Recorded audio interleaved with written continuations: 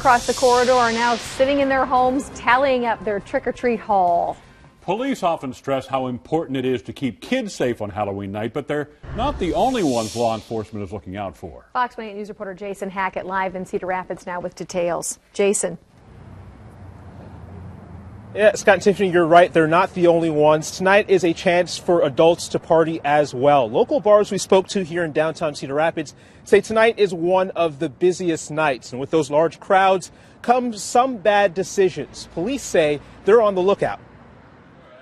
Halloween, it's not just for kids. We're definitely planning on having a good amount of people for our costume contest. Over at Lion Bridge, some grown-up costumes and grown-up drinks equal a scary good night. Depending on how busy Czech Village gets, I think we'll probably get a lot of people coming in here. Same goes for Rock Bar. We have a costume contest at 11. It's going to be crazy. Last year, Halloween was on a weeknight, and it was crazy. As parties get going in the corridor, police say nights like this can often make their job a more difficult one. Some folks, for whatever reason, Halloween is a time for them to, I guess, lower the inhibitions and do things they maybe ordinarily wouldn't do throughout the year.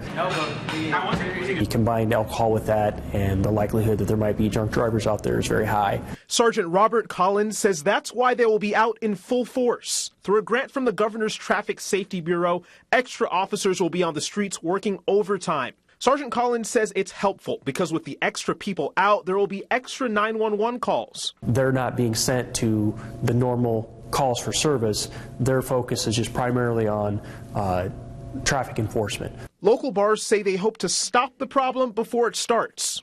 We have 5 bouncers tonight, so they're available to call taxis. Lion Bridge says they step up as well if they see someone has had one too many. If it takes us 5 minutes out of the way to call somebody up, we have no problem doing that. Police say you can lose your license for up to a year with your first OWI offense. The second OWI, up to 2 years. Add to that court costs and fees, and they say that poor decision could put a dent in your wallet and your record. You've heard it before. The best thing you could do, get a designated driver.